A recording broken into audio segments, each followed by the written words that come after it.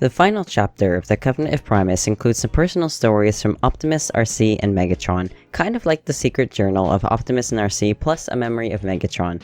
The chapter is Earthfall, and it switches between the personal archives of Optimus and Arcee before ending on Megatron's thoughts at the end of Predacons Rising. Optimus writes that it is strange to reach this planet again, although that again makes you wonder if he has been here before. But he is surprised to see how technologically advanced the planet is because all he had known was that it was full of life. It does not say that Optimus is in the Ark, and is unlikely that he is when so few Autobots are with him, and there probably would have been a mention of how they hide a ship that big on Earth. So Optimus and his little crew approach and pick up human broadcasts and learn that although human and Cybertronian bodies are different, our spirits are the same. We have hearts, they have sparks, and everyone loves, fears, and fights the same. These Autobots are still pursued by the Nemesis and have to take a pause from their journey of tracking the Allspark.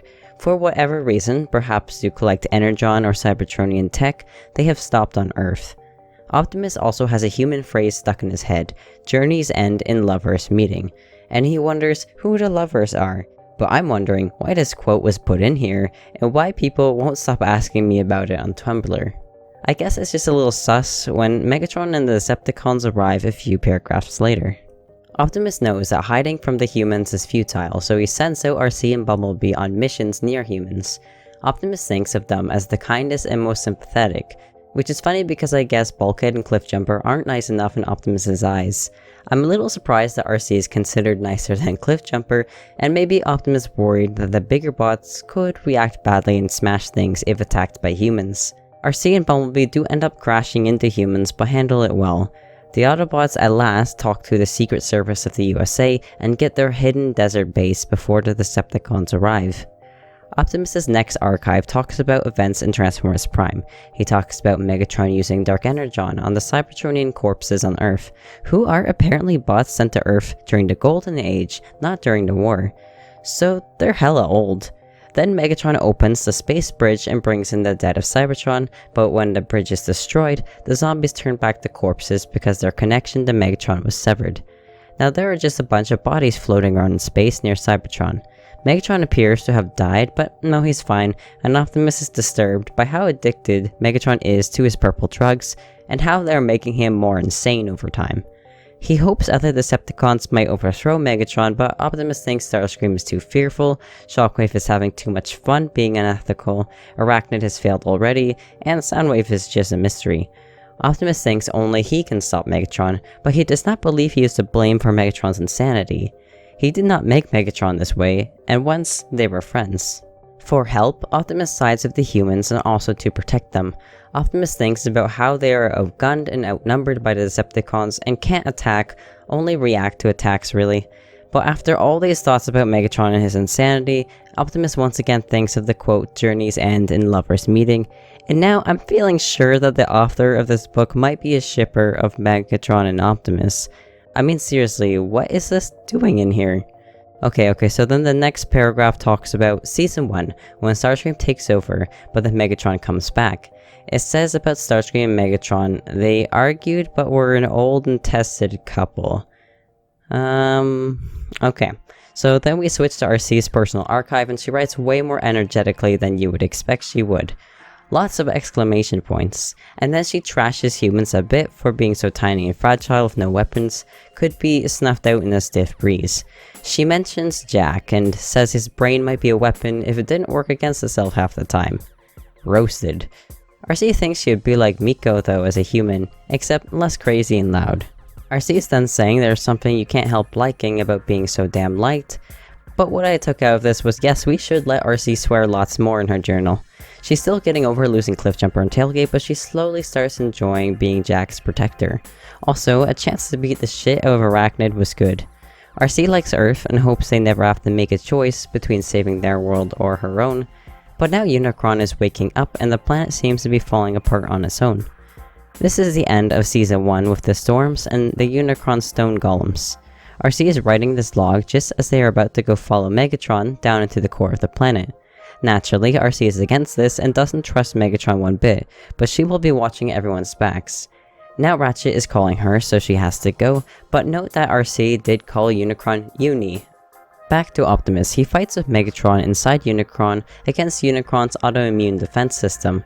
For some reason, Optimus feels lonely among his team and with Megatron, but then like you see in Season 1, Optimus and Megatron make it to Unicron's spark and Unicron tries to possess Megatron. Megatron does everything he can to resist and not betray Optimus, which Optimus commends him for. Then, for a third time, journeys end in lovers meeting. Oh my god, this author just ships Optimus and Megatron so bad. Optimus uses the Matrix on Unicron's spark and alters him into a non-corporeal being, but not destroyed. After this, we have Orion Pax episodes where Optimus temporarily loses his memories, and Megatron takes him to the Decepticons and tries to make a servant out of him. The story really just summarizes all of Season 2 and 3, talking about the relics they pick up. Megatron takes Liege Maximo's arm, the fight over the Megalock happens, the Predacon is made, and the finale when Bumblebee kills Megatron. There's nothing new in this chunk of the story if you have watched the show. Next log, Optimus talks about how he felt part of him had died when he watched Megatron kill Bumblebee. Bumblebee was like his precious child and beacon of hope, and for a moment, he just felt like he couldn't go on.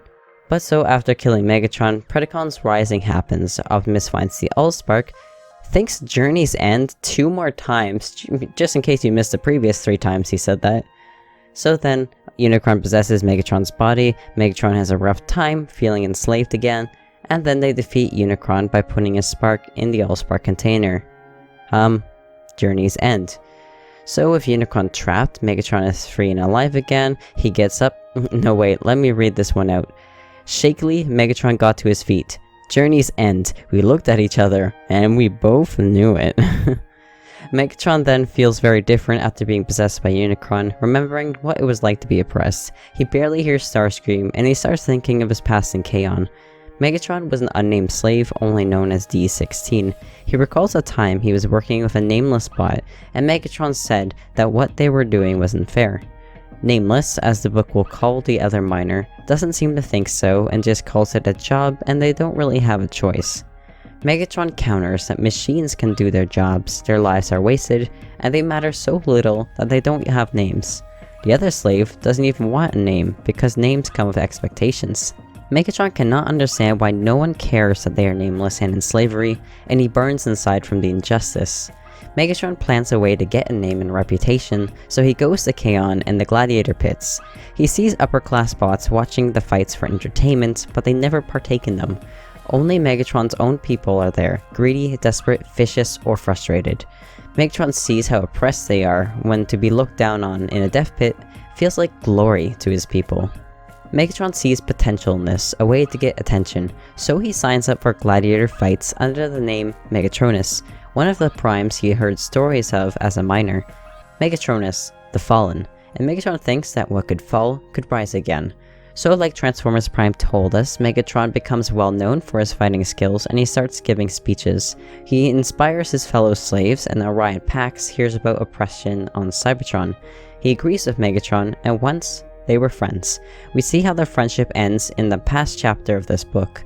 Megatron feels some anger anew looking at Optimus now and remembering that Orion was a higher class bot and Megatron a slave. And Megatron can't help but feel good with the righteous anger of a victim. He feels justified being a victim fighting against his enemies. He is frustrated that the Matrix chose Optimus, like Optimus was born to lead and Megatron born to labor. But after being Unicron's victim, Megatron becomes aware of his own vanity. He was low-key attracted to being a victim, but now Megatron's romance with his ego is broken and he thinks he is capable of better. Megatron snaps out of it and Starscream is still blabbing. He is a little harsher in the book than he was in the show, telling Starscream, "Utter another sound and I will end you." Megatron tells Optimus there is no peace for tyranny. And you know the rest, how Megatron and Starscream fly off in different directions. Then Optimus gathers the Autobots, including Ultra Magnus and Ratchet, to tell them he has to die to release all the sparks within him. The quotes aren't accurate in the story, and I don't know why they would change or add some of them. And then Optimus does his thing, flying into the well and restoring the Allspark. New sparks fly out, and the Autobots watch in awe. Arcee says, "Is the Great War actually over?" She's holding Ratchet's hand for some reason, and also in the picture she has her hand on Ratchet's chest like she's clinging to him.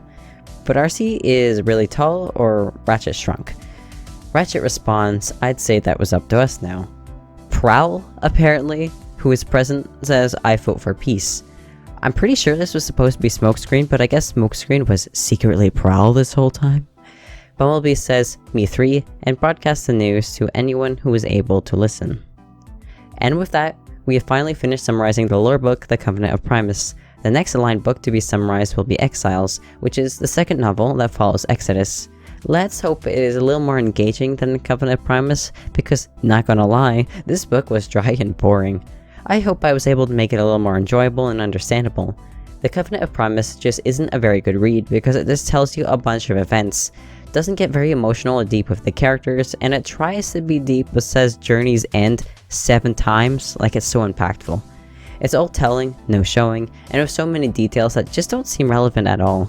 But in the end, it gives you many ideas to play with and expand on in your own fanfictions. I like using this book myself for ideas. This book is like a starting place for making your own deeper aligned stories. Anyway, make sure to watch all of my Covenant of Primus summary videos so that you have a pretty solid understanding of the aligned continuity timeline and events. See you for the next book.